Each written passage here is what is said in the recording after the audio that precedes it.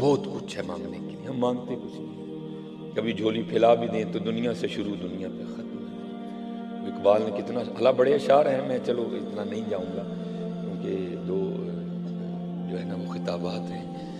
تو کیا اقبال کہتے ہیں، شراب کہن پھر پلا ساقیا، وہی جام گردش میں لا ساقیا، وہ جو بایزید کو پلایا تھا، جو جنید کو پلایا تھا، شراب کہن پھر پلا ساقیا، وہی جام گردش میں لا ساقیا، تڑپنے پھڑکنے کی توفیق دے، دل مرتضیٰ سوز صدیق دے، جگر سے وہی تیر پھر پار کر، تمناؤں کو سینوں میں بیدار کر، میری ناؤ گرداب سے پار کر، یہ ثابت ہے تو اس کو سیار کر۔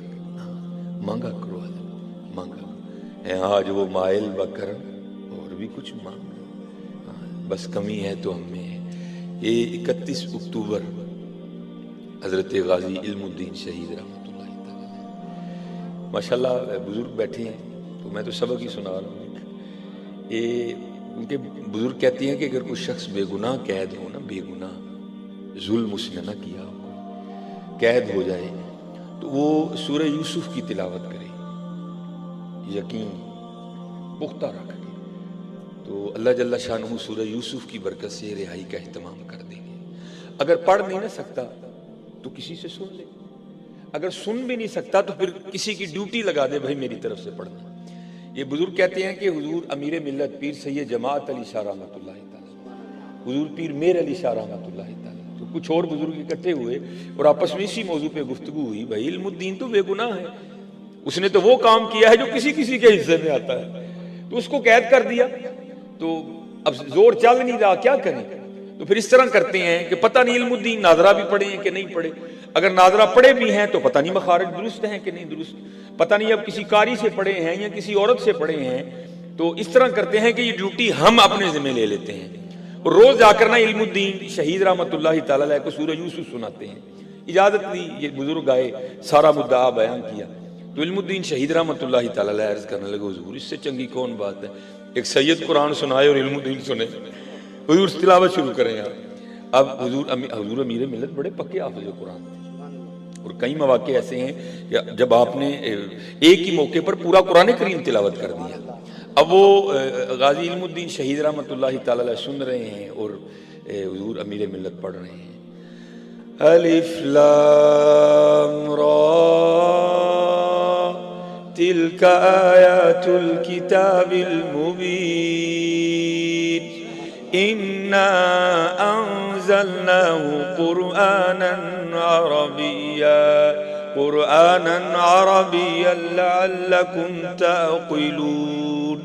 اب حضور امیر ملت پڑھ رہے ہیں، کیف و مستی طاری ہے حضرت، تو کچھ ایسی کیفیت بنی کہ تھوڑی سی بے توجہی ہوئی، اور بزرگ کہتے ہیں کہ حضرت نا کیفیت تھی نا حضرت، آپ زبر کو زیر پڑ گئے، تو غازی علم الدین شہید رحمۃ اللہ تعالی نے ہاتھ جوڑ کے عرض کی، حضور آپ سید پاک ہیں، بڑے لوگ ہیں، لیکن پڑھ کلام الہی رہے ہیں، ذرا بے توجہی ہو گئی ہے، توجہ فرمایا، آپ نے زبر کو زیر پڑھ دیا ہے۔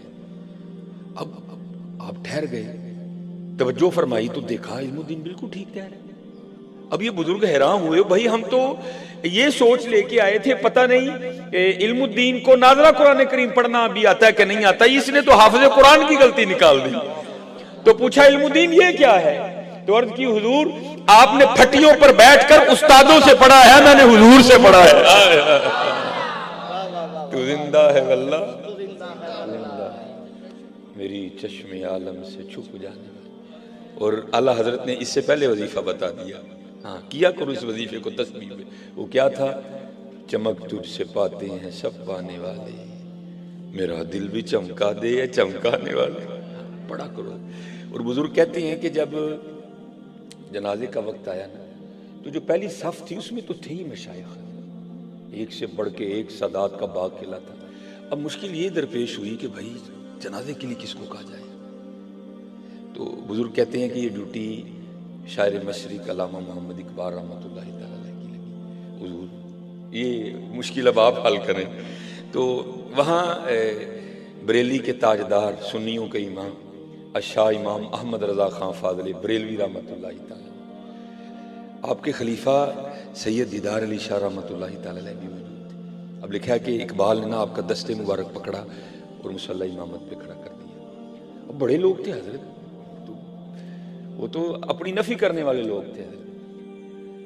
تو آپ نے پوچھا اقبال اگر عالم ہونے کی وجہ سے کھڑا کیا ہے تو دیکھ تو صحیح کتنے کتنے بڑے عالم ہیں. عرض کی حضور عالم ہونے کی وجہ سے نہیں کھڑا کیا. آپ نے فرمایا اگر سید ہونے کی وجہ سے کھڑا کیا ہے تو دیکھ تو صحیح سادات کا کتنا سونا گلشن کھلا ہے. عرض کی حضور اس وجہ سے بھی نہیں کھڑا کیا. تو پوچھا پھر کیوں کھڑا کیا؟ عرض کی حضور عالم بھی بڑے ہیں، سید بھی بڑے ہیں، لیکن بریلی کے تاجدار کے خلفاء میں سے صرف آپ ہی ہیں. اس لیے کھڑا کیا ہے کہ آپ امام اہل سنت کے خلفاء میں سے ہیں، وہ نسبت کی ہے میں نے. اب کھڑے ہو گئے. بزرگ کہتے ہیں جب آپ تکبیر کہنے لگے نا تو بے ساختہ نگاہیں پیچھے اٹھی اور آپ غش کھا کے گر گئے. جب جنازہ ہو گیا نا ہوش آئی، احباب نے عرض کی، غلاموں نے، خادموں نے، مریدوں نے، حضور جنازہ نہیں پڑھایا یا بے ہوش ہو کے کیوں گر گئے؟ تو لوگوں کو نہیں جواب دیا کچھ بھی. حضور نبی علیہ السلام کی بارگاہ میں استغاثہ کس طرح پیش کرتے ہیں، یا رسول اللہ علیہ السلام ساری عمر گزر گئی آپ کی امت کو آپ کا دین سکھاتے سکھاتے، ساری عمر گزر گئی آپ کے ممبر اور مصلی شریف کی خدمت کرتے کرتے، اور کبھی ہمیں خواب میں بھی جلوہ نہیں دکھایا. اور قربان جاؤ علم الدین شہید کی شان پہ جس کے جنازے میں خود ہی تشریف لے آئے. ہاں یار تو زندہ ہے واللہ، تو زندہ ہے واللہ، میری چشم عالم سے چھپ جانے والا. چلو میں میری بھائی عادت ہے میں اس طرح شادی سے گفتگو کرتا ہوں نہ، کیونکہ یہاں فائدہ ہے کہ میں کو سیگے بتاؤں، میں کو گرامر بتاؤں. مقصد ہے چلو یار وہ کھم پہ جان کو رو لئی، شاید کو معافی مل جائے. یہ ہمارا بہت بڑا نقصان ہوا. سائیوال شریف سید منظور احمد شاہ صاحب کا وصال ہو گیا. آپ کی بڑی خوبصورت تصنیف ہے مدینۃ الرسول علیہ السلام. اور مدینہ پاک تو حضرت وہ خطہ ہے نا جس پہ بڑا لکھا گیا. لیکن میں کہتا ہوں جتنا بھی کوئی لکھ لے لیکن پھر بھی اس کے راز نہیں کسی کو سمجھ آ سکتے ہیں. امام حسن رضا خان فاضل بریلوی نے لکھا بھی تھا. آپ کہتے ہیں عجب رنگ پر ہے بہار مدینہ، کہ سب جنتیں ہیں نثار مدینہ. مبارک رہے اندلیبو تمہیں گل، ہمیں گل سے بہتر ہے خار مدینہ. اس میں حضرت لکھتے ہیں کہ حضرت نے بڑا وقت مدینہ پاک میں گزارا، اور حضرت اب لفظ بڑے سستے ہو گئے ہیں، بڑے سستے ہو گئے ہیں. پہلے عمریں گزر جاتی پھر کہیں جا کے میڈل لگا کرتے تھے، اور بڑے لفظ سستے کر دیے لوگوں نے. عاشق مدینہ تو ایویں ہی حضرت جس کو چاہ بنا دیا. لیکن حضرت عاشق مدینہ ہونا کو سوکھا کام تو نہیں ہے. یہ اسی میں لکھتے ہیں مدینۃ الرسول میں نا شاہ صاحب نے بڑا وقت گزارا. آپ فرماتے ہیں مجھے کسی وجہ سے نا پاکستان آنا پڑ گیا. تو یہ غم کاٹ رہا تھا مجھے کہ پاکستان جا کے مدینہ کے بغیر کس طرح وقت گزرے گا. کہتے حال یہ سمجھ آئی کہ میں نے ٹیپ ریکارڈر خریدا، اس میں کیسٹ ڈالی، ریکارڈنگ کا بٹن آن کر دیا اور مدینہ پاک کی گلیوں میں نہ گھومنا شروع کر دیا. اور اگر کہیں کو مدینہ طیبہ کے لوگ کھڑے ہیں نا ان کی آواز ریکارڈ کرنی شروع کر دی. اگر کسی درخت پہ مدینہ پاک کے پرندے بول رہے ہیں تو ان کی آواز ریکارڈ کرنا شروع کر دی. اور نظریہ یہ تھا کہ جب پاکستان جاؤں گا نا تو اگر مدینہ پاک یاد آئے گا تو کیسٹ لگا کے سن لوں گا.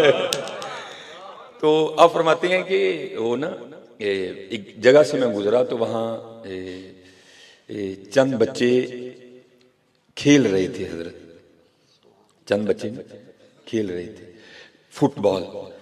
اور یہ تو حضرت کہیں لکھا ہی نہیں نا، نعرہ تکبیر، نعرہ رسالت، نعرہ تحقیق، نعرہ حیدری، علماء حق اہل سنت.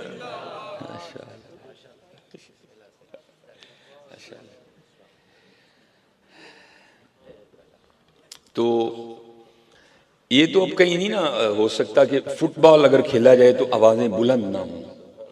اب فرماتے ہیں وہ بچے فٹ بال کھیل رہے تھے تو میں پاس ہی جا کے نا چٹان پہ بیٹھ گیا. اب ہاتھ میں ٹیپ ریکارڈر ہے اور آنکھوں سے آنسو جاری ہے. اب فرماتے ہیں بچے فٹ بال بھی کھیل رہے ہیں اور مجھے بھی دیکھ رہے ہیں. یار یہ بابا ٹیپ ریکارڈر پکڑے رو کیوں رہا ہے؟ تو کہتے ہیں وہ بچے آگے پوچھتے ہیں یا شیخ انتا مجنون، اور بابا تو کہیں دیوانہ تو نہیں ہو گیا؟ اب فرماتے ہیں میں نے ان کو کہا بیٹا تمہیں میری دیوانگی سمجھ نہیں آئے گی. اب ہمارے بڑوں نے تو حضور مدینہ پاک کے کانٹوں سے بھی پیار کیا ہے نا. مبارک رہے اندلیبو تمہیں گل، ہمیں گل سے بہتر ہے خار مدینہ. تو وہ تو پھر شہر رسول اللہ علیہ الصلوۃ والسلام کے بچے تھے. تو منظور احمد شاہ صاحب مدینہ تو رسول میں لکھتے ہیں کہ میں نے نا ان بچوں سے نا بڑی محبت کی اور ان کو میں نے ایک دعوت دی. کہتے ہیں میں نے ان کو کہا بیٹا اس طرح کرو کہ میرے ساتھ پاکستان چلو. تو کہتے ہیں وہ بچے پوچھتے ہیں شیخ کیا ہے آپ کے پاکستان میں جو ہم چلیں؟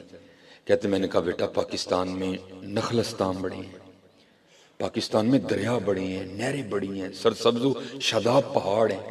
اور سب سے بڑی بات یہ ہے کہ جو پاکستان والے ہیں نا وہ مدینہ پاک والوں سے محبت بڑی کرتے ہیں. آپ فرماتے ہیں بچے مجھے جواب کیا دیتے ہیں, اے شیخ آپ کہہ رہے ہیں کہ پاکستان میں دریا بڑے ہیں, پاکستان میں نخلستان بڑے ہیں, پہاڑ بڑے ہیں, یہ تو بتاؤ کیا پاکستان میں مزار رسول اللہ ہے؟